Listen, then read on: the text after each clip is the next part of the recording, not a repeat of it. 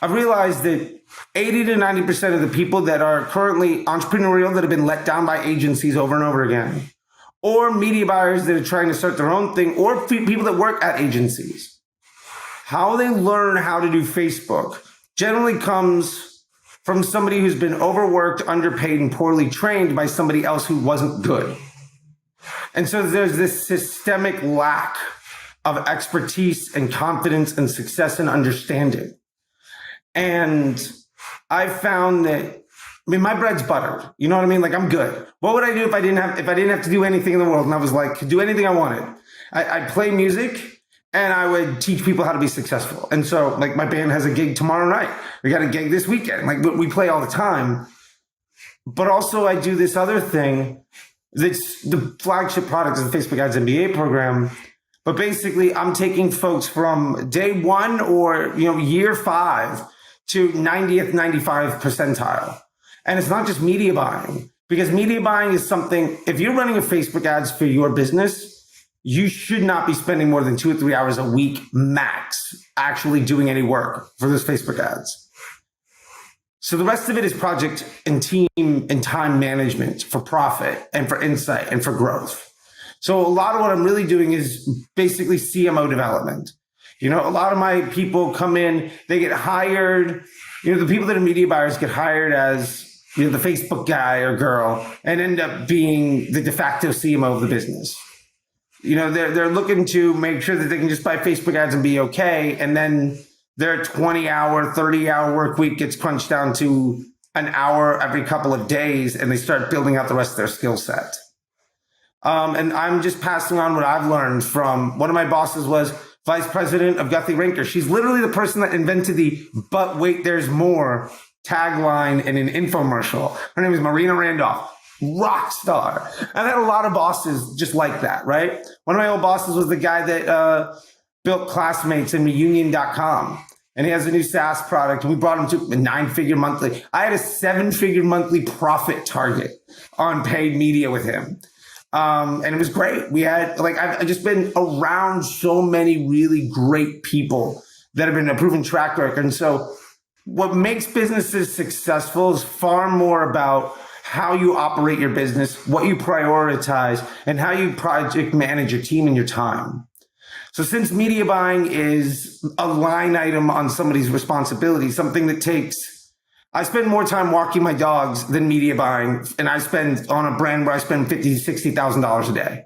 So when you have that perspective, you can start to use the rest of that time to start developing the business and grow it. Because why am I only getting 50 grand a day? Why isn't it 100? What's busted in the business? Let's fix that. And so I can teach people that stuff. And what I've found from that is my biggest focus is, how do I help create jobs? How do I help create happiness and put, food on people's tables and put money in their pocket to do life-changing stuff? And for me, when I started to make that my focus a few years ago, I've got people all around the world that are just seeing that success. I had a student, Yash, who was in India, had like a Kyocera smartphone, right? Not a Google, not an iPhone, nothing of that sort. He was making like $50 a month media buying for like American companies.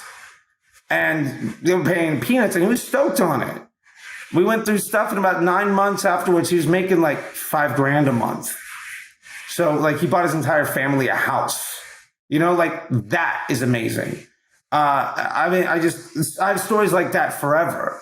And the fact that I can take something that people know that they need to do, but it's completely overwhelming, and they're confused, and there's so much misinformation and competing ideas, and everybody's got their version of success. What I try to do is just say, we can worry about what works for you, but let's just establish some empirical fact. Let's establish some hardcore facts based on empirical data that are inarguable, and build a strategy that works for you off of that. And basically 80-90% of that is the same for everybody. And the fact that I now have a community of folks around the world that have all gone through that, they're all helping each other, is just amazing. Every single day I get life-changing stuff, and I would just much rather do that than try to run a brand where I have to have calls with Taiwan at 3 o'clock in the morning about shipping, right? I just don't want to do that anymore, right? And I also don't want to worry about writing big reports so that every time my phone calls are just, please don't fire me, here's a ROAS. Like, I know how nonsense that is. And I've done that at levels where like the executive is running a 9-figure business. I just don't need that anymore. And so now I get to take my opportunity of really just teaching people.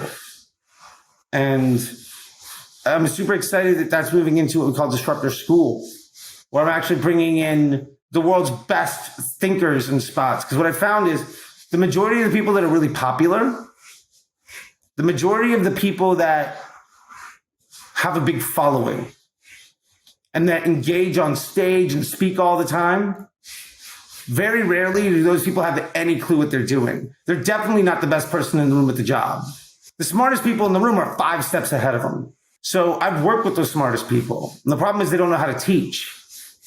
So what I've done is I've standardized. I forgot who it was, but it says, like, if you want to get successful, turn yourself into software. I forgot who that was. Please check that. If you know this is, like, comment below, like, what that was, because I really want to remember so I can quote this person accurately. Please, internet, help me. You're undefeated so far. Help me out. But if you can turn yourself into software, then you'll be really successful. And so basically what I've done is I've gone out to, like, the COO of Warby Parker, right? And the world's best, like, consumer psychologists or brand positioning experts. And I basically found a way to take their knowledge through a standardized flow that's basically like a what you see is what you get software kind of thinking, a fill in the blanks. And now I can take their knowledge out of their head and make it available for other folks. And so Disruptor School is just going to have a bunch of these instructors that are all best in class, but you'll never see them on stage, and you could never book them for their term because they're like, with a consumer psychologist, it's $20,000 a month to like have her answer the phone. No one's ever going to be able to do that, but you could take 15, 20 minutes of her time that'll make a 7-figure difference in your business. Why not make that readily accessible to people? And so I'm going to do that. And honestly, I'll be completely straight up. I think that the middling ad agency business model that we've seen grow, especially since 2018, 2019, when people say Facebook was easy and now it's hard, but they also were set against the backdrop of a 10-year booming economy. And now we don't see that. And the way to be successful in Facebook isn't to make a report where you can lie to your clients. You actually have to be good at business.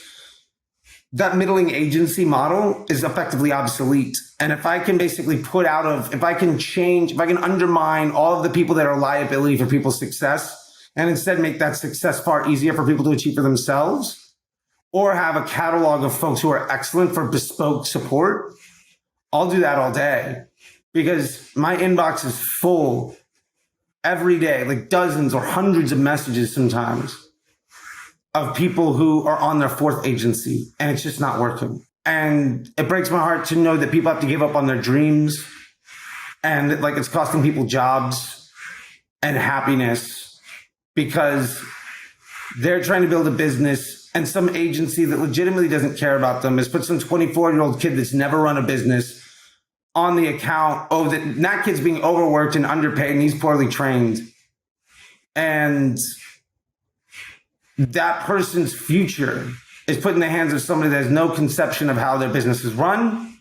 And they're taught to value things that don't make any difference to the bottom line. And that to me that's tragic. And I've been able to turn those people around. And that's what I'm kind of doing now. It sounds altruistic. Believe me, it costs money. I'm doing okay. But like, I get to make the world a better place and I get to create jobs and happiness. And I think that is not aligned with what I did when I was running and training ad agencies around the world. Absolutely. So these days you're looking more to make impacts on the individual level, change that freelancer's life and help him be more valuable to his clients, in turn changing those clients' lives. Yeah, absolutely. And to be fair, like I get to see it every day. I mean, I had some people over at my house this weekend. This one guy, Jared, was a graphic designer. And he heard me on Clubhouse like 2 years ago. Because I was like a big Clubhouse nerd for a minute. And He went from a graphic designer working at a kayak company to now he's hiring his brother to work at his agency. And he's like one of the best Facebook designers in the world for if you have outdoor vertical high ticket items and you're trying to grow your business. Like he's one of the top 5 people I know. And I've been doing this thing for like 10 years. And like, this is a guy who was, I like to call him affectionately as like a Photoshop jockey. And now he literally runs the media for 80% of the kayaks sold in America. And he also does like, we have one client, we have one student inside the MBA program that's now one of his clients, is this guy, Carl, that runs this fly fishing company called Epic Fly Rods, $800, $1,200 like bespoke fly fishing rods, right? Who's going to sell that? Jared will. And he'll crush. And we just have like that kind of thing happens all the time. I did an interview with a student yesterday, Leslie from, she's from Liverpool, but she lives in Manchester. I was taught that I had to be very specific because apparently she moved to the dark side. I don't understand London, but apparently that's a big deal. She was like, she described herself as Miss Corporate. And she's now starting her second business since joining last year. And she like joined to try to learn how to do it, to try to make some things work. And she was going to use her existing like vegan bakery as like her backdrop to just learn with, having no intention to the fact that now this vegan bakery is a completely successful business and she's launching something else. So I'm turning like serial entrepreneurs out of people that had like day jobs. And like, I asked her about it and like, how is she going? She's like, are you less stressed? She's like, I don't even have stress. Like, I don't even think about it anymore. Like, this is easy. It's fun. And I just get to go do what I want to do. And it's sort of just this like, if I get that every day, why not keep doing it, right? Like, it's just amazing. I thoroughly enjoy that. And also what I love about it is that because I'm exposed to so many people all the time, I get these problem-solving efforts of repairing people's ad accounts and their businesses. And it's funny, all those like talking head folks that I was talking about before, a lot of them run agencies. A lot of their clients become students of mine. I know how they run their accounts. I know their gaps. I know how they're doing things. I know their communication. I know their strategies. I know their like internal information because I've seen everything that they do. And I've heard multiple students complain about that person or this business or that, and I fixed it. So when I come to talk to people about how to be successful, I can directly speak to, this is how the person who's managing your account was doing it. I know because I've helped like a dozen people that have also worked with that person, and now they're successful. And that's not to say ill of anybody else, but it means that while I'm personally running a couple $1 million a month in just Facebook media, I'm also seeing folks at the $50,000, $100,000 a day level and like getting in there and repairing their thinking and repairing their accounts and repairing their priorities and project management skills. And the turnaround is, I mean, they make progress in the first week, and in the first couple of months, like their lives are totally different. And I just love it. Like that's fun. I enjoy it. I mean, believe me, the businesses I work with pay the bills. All this other stuff is just fun. And it's just like setting up my family for me. And to be completely honest, like I got a monkey on my back too. Like